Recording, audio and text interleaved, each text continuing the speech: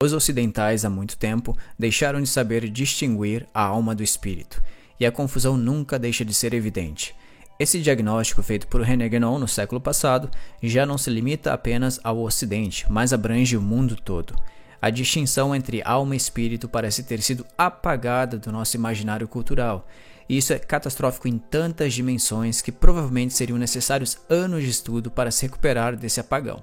Mas, como você deu sorte de encontrar este vídeo, quem sabe seja seu karma, talvez aqui você encontre uma introdução que possa te orientar nessa jornada.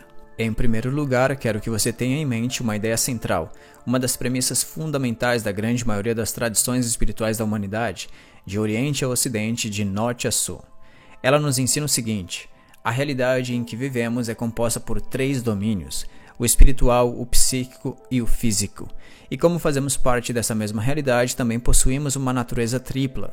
Temos um espírito que corresponde ao domínio espiritual, uma psique ou alma que corresponde ao domínio psíquico e finalmente um corpo denso que corresponde ao domínio físico. Ou seja, há uma correspondência entre o ser humano e o cosmos, entre o micro e o macro.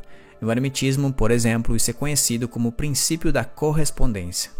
A tríplice natureza do ser humano era amplamente conhecida na antiguidade e recebeu diversas atribuições nas mais variadas culturas e idiomas, como mostra a tabela que você está vendo agora. Ou seja, essa ideia não surgiu da mente isolada de uma única pessoa, mas de uma infinidade de seres humanos ao longo de milênios. Foi só na modernidade, com os avanços técnico-científicos e a dissolução das grandes narrativas metafísicas, expressa pela famosa frase de Nietzsche, Deus está morto, que a ideia de espírito e seu respectivo domínio, o espiritual, perderam o protagonismo. Isso ocorreu devido a uma grande mudança de foco. Na antiguidade, de maneira geral, o foco era interior, voltado para o autoconhecimento e a transformação pessoal. Já na modernidade, o foco passou a ser exterior, voltado para o conhecimento e a transformação do mundo. O que inicialmente era apenas uma perda de protagonismo acabou se transformando com o tempo em uma perda do próprio direito de existência. Se Deus está morto, toda a realidade espiritual a ele relacionada, incluindo o nosso próprio espírito, já não tem mais razão de ser. Como consequência disso, 2 coisas ocorrem até hoje. Número 1. Por um lado, o domínio espiritual é rebaixado e confundido com o domínio psíquico. Aqui temos o psicologismo, que de forma bizarra reduz toda a espiritualidade ao universo da psicologia. Afirmações como Deus é apenas a projeção psicológica da figura paterna, visões espirituais são alucinações e a religião é uma neurose coletiva são exemplos dessa abordagem.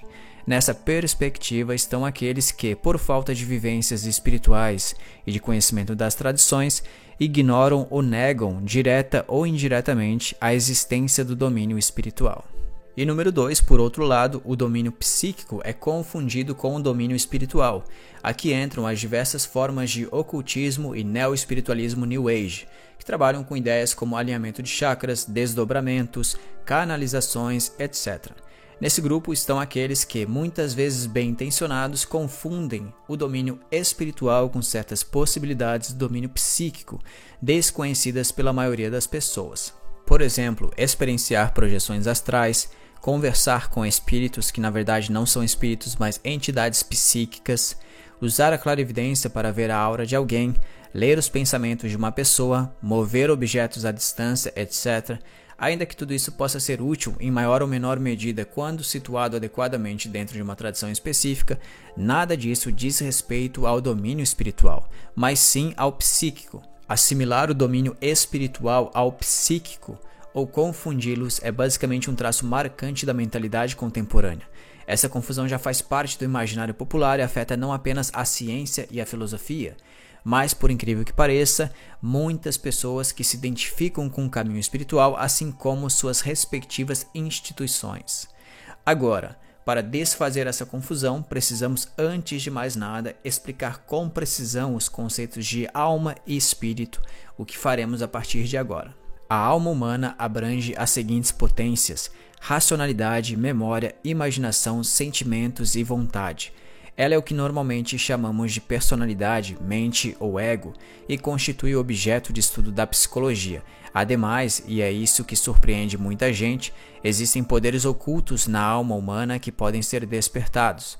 resultando em experiências que chamaremos aqui de paranormais para simplificar a explicação. Esses poderes são frequentemente associados ao domínio espiritual, no entanto, rigorosamente falando, eles se referem ao domínio da alma humana na maior parte dos casos. Já o espírito é de outra ordem, é representado em nós por uma faculdade especial pouco utilizada pela humanidade. Os hindus a chamam de buddhi. Já no ocidente, ela é chamada de intelecto intuitivo, que não deve ser confundido com a razão. São Boaventura a define de maneira mais prática, chamando-a de olho da contemplação, ou seja, a faculdade que nos permite apreender a realidade absoluta, intuir o transcendente, perceber o domínio espiritual e contemplar Deus. Para Boaventura, cada ser humano recebe na sua jornada de vida 3 olhos. O olho da carne, para ver o mundo e as coisas que nele se encontram, o da razão, para ver a alma e o que nela se encontra, o da contemplação, para ver Deus e o que nele se encontra. Assim, pelo olho da carne, o homem vê as coisas que estão fora dele, pelo da razão, as que estão dentro dele, pelo da contemplação, as que estão acima dele. Por uma coincidência notável, o mesmo ensinamento é encontrado na tradição hindu, embora expresso de maneira diferente. Os objetos percebidos são da mesma natureza daquele que os percebe. No estado de vigília, os olhos físicos grosseiros veem objetos físicos grosseiros. No estado de sonho, o olho sutil, da alma, vê objetos sutis do mundo onírico. Além disso, existe o olho do self, do espírito. Visto que o self é infinito e imaterial, o que ele vê é infinito e imaterial. Praticamente em todas as tradições encontramos referências ao espírito.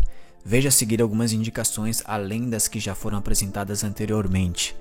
Daimon, centelha da alma, self imortal e incorporal, alma da alma, entre outras. Agora, de forma prática, como o espírito difere da alma? A resposta é simples. O domínio da alma é o domínio das formas sutis.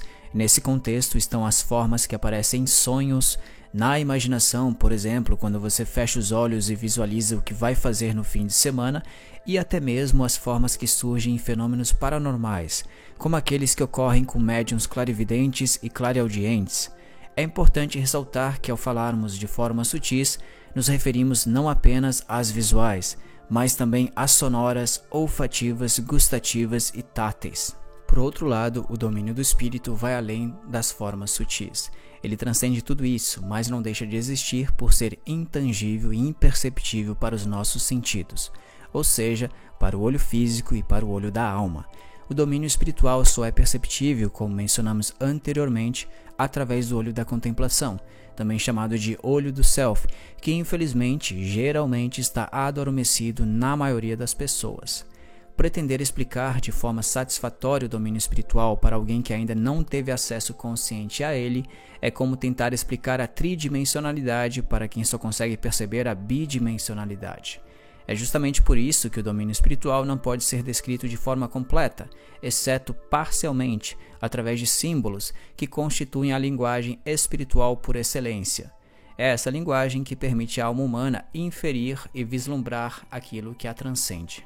E é dela que nós iremos nos servir de agora em diante. No simbolismo tradicional, o espírito está relacionado ao coração, não no sentido físico do termo, mas como centro do ser localizado simbolicamente na região central do tórax.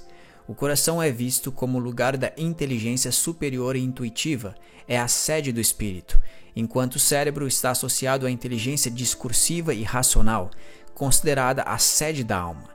A razão é uma capacidade humana, enquanto a intuição do espírito é supra-humana. No coração está a porta para a inteligência e amor universal. É ali onde brilha diretamente o sol da verdadeira sabedoria.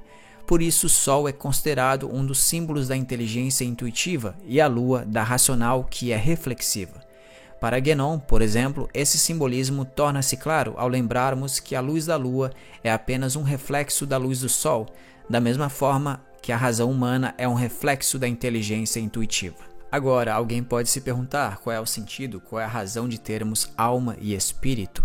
Segundo a sabedoria perene, estamos aqui nessa vida terrestre para religar, palavra que deriva de religare em latim, termo que deu origem, olha que interessante, à palavra religião. Ou estamos aqui, nessa vida terrestre, para unir, que é o significado etimológico da palavra yoga em sânscrito. Religar ou unir esses dois aspectos de nós mesmos, alma e espírito, é alcançar a realização espiritual, conhecida popularmente como iluminação. Esse é o grande objetivo da espiritualidade no sentido rigoroso do termo. Podemos compreender isso através de um simbolismo iniciático que retrata a jornada humana como a travessia de um oceano, símbolo do domínio psíquico, turbulento, cheio de perigos e tentações em direção ao continente que simboliza o domínio do espírito. É muito fácil ser iludido no meio do caminho, como foi Ulisses pelas sereias na Odisseia de Homero. Nesse sentido, muitos médiuns curadores, líderes religiosos, paranormais, eruditos e místicos que se regozijam de seus poderes e vida, entre aspas, espiritual, podem estar, na verdade, situados em pequenas ilhas no meio desse oceano psíquico.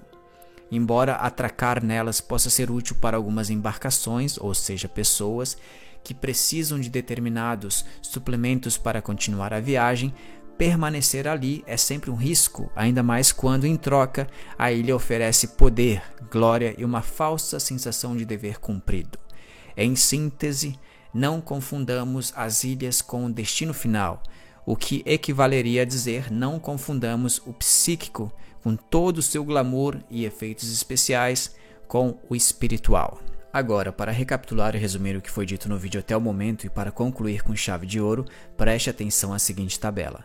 A alma está relacionada ao olho da razão, ou sutil, que nos possibilita a visão interior de pensamentos, sentimentos, imagens mentais, etc., enquanto que o espírito está relacionado ao olho da contemplação, ou do self, que proporciona a visão transcendente do inefável, do divino e dos arquétipos no sentido platônico. A alma tem como sede a inteligência racional, que é simbolizada pelo cérebro e pela lua, ao passo que o espírito tem como sede a inteligência intuitiva, simbolizada pelo coração e o sol. A alma possui forma, o espírito é sem forma. A alma é individual, é pessoal, enquanto que o espírito é universal, é transpessoal. E finalmente, a alma refere-se aos estados psicológicos que todo mundo conhece, e também aos estados sutis ou paranormais, que geralmente são confundidos com os espirituais. E o espírito refere-se aos estados transcendentes, por exemplo, Satori, Nirvikalpa Samadhi, entre outros. Enfim, poderíamos mencionar muitos outros simbolismos e conceituações que relacionam a alma e o espírito, mas por hora o que foi apresentado é suficiente para esclarecer a diferença entre esses dois conceitos. Se você tiver alguma dúvida sobre o conteúdo, deixe seu comentário aqui embaixo. Obrigado por assistir a este vídeo e até breve.